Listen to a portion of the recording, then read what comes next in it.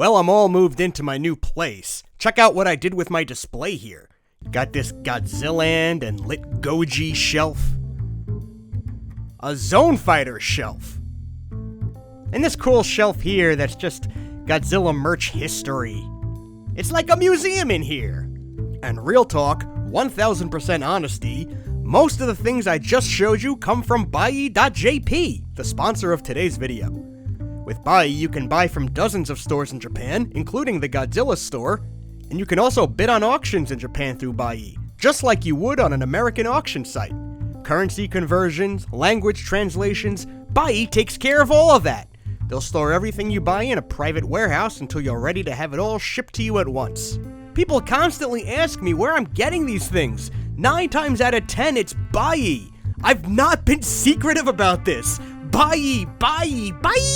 Hey big spender, sign up for Buy using my link in this video's description, and you'll get 2,000 yen of free shopping money. There's your present from me. Happy shopping.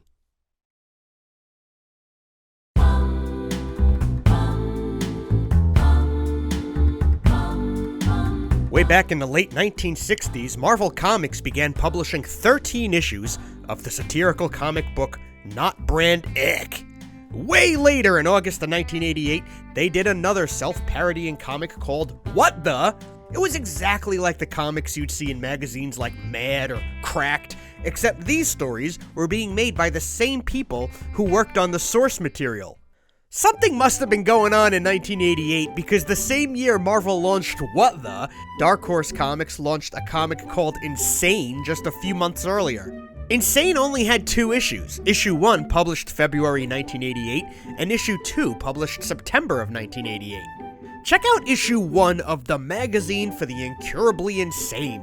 What's really remarkable is how insane Issue 1 is mostly making fun of, well, Marvel again. Here we have the unhappy Extra Men, an obvious parody of the X-Men. Look at how Wolverine is wearing Mickey Mouse ears. Dark Horse saw the future. But down in the lower right corner is the subject of today's video, Clodzilla, a Godzilla parody. And this was a property Dark Horse did have the license for. A year before, in 1987, Godzilla made his Dark Horse debut with the one-shot Godzilla King of the Monsters special. And in April 1988, Dark Horse began printing translated issues of the Godzilla 1984 movie manga adaptation. There's even an ad for it in this issue of Insane. The Clodzilla story is by Mike Richardson and Jim Bradrick, with pencils by Jim Bradrick. Bradrick also did the cover of the comic. Making this video, I learned that the term Clod can mean a stupid person. Clodzilla totals at 8 pages long, and you've never seen a Godzilla parody like it. Let's check it out. We start with a fake out of the military attacking what looks like Godzilla, but it's revealed to be an oblivious Clodzilla following a map. I like the ever-changing blimp here that goes from good year to good day to good grief, and I assume good God.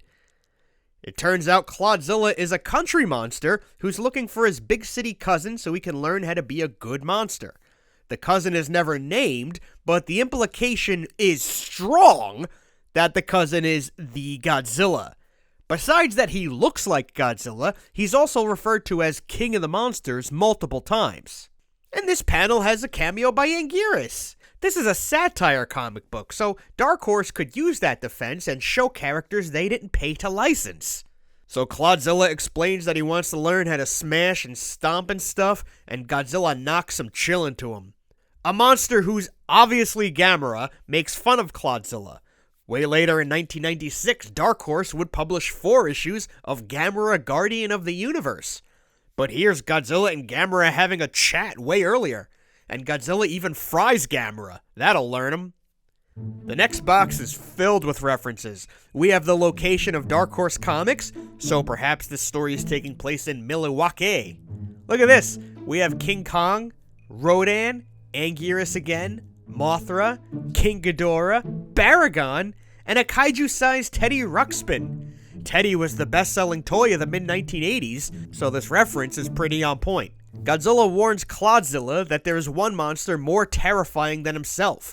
Before he can reveal that monster, Clodzilla notices this lady Godzilla, known as Bodzilla. Anything that rhymes with God is on the table in this comic. Clodzilla drools over Godzilla, so Godzilla just casually grabs him by the tail and slams him around like Hulk slammed Loki. Godzilla also reveals that Godzilla is his lady friend, which is about as canon as his girlfriend from that coloring book named Lizard Manelli. King Ghidorah shows up and starts hitting on Godzilla, which is a bit weird. You'd think he'd be more interested in, I don't know, Queen Ghidorah ass or whatever. Also, this one head is chomping on a cigar. I like that. Naturally, Godzilla isn't here for any of this, but Cigarhead blasts him in the face, so along comes Clodzilla with a punch which knocks all three heads out cold. Of course, this turns on Godzilla, and Clodzilla suggests that he and Godzilla can now tackle that monster he referred to earlier, who's more terrifying than all of them. And there's a whole other page of build-up for this joke. Godzilla shows Clodzilla the threat, which is so scary that Clodzilla leaves. And that terrifying threat is debt. Yeah, a monstrous monster debt that's at 4 trillion. I don't know. That was a lot of buildup for a joke about the economy. 2 stars. Clodzilla is a bit meh. The cameos and the whole thing, it's a really nice novelty. In comparison to the other comics in this book, Clodzilla's style is pretty tame. The other stories are much more rapid fire with multiple jokes on each panel. This story is called Dim Jack, and it has much more absurd style humor. This one even includes a tiny Godzilla cameo, and then a big Godzilla cameo later on with the old Bugs Bunny Albuquerque joke. And Godzilla makes yet another appearance in this panel in a bonus story called Mundane's Bar. Clodzilla is noticeably more chill, not many background jokes like the blimp I pointed out earlier. It's just more about this very straightforward premise. Godzilla has a dumb cousin. Honestly, it almost feels like this could pass for an officially licensed Toho-approved comic, just because it's so tame. Anyways, that's the story of Clodzilla, who you'll find in Insane Issue 1 by Dark Horse Comics. And maybe more interesting, it's the story of how Dark Horse snuck all these other kaiju into their comics, under the defense of satire. For the curious, you can find this entire story online pretty easily. And this would not be the only time Dark Horse had some fun with Godzilla. In Dark Horse Presents issue 106 from 1996, you'll find the story Godzilla's Day, written by Ed Brubaker. This story has Godzilla approaching a new World Trade Center unveiled in Japan, and you can see by the art style that it is much more cartoony. But the jokes are more about the human characters, and doesn't have Godzilla talking or hitting on Godzilla or anything like that. And this one's big payoff is that Godzilla was only interested in the building to use its spikes to scratch his back. Brilliant. Support this video if you want to see more like it. Until next time.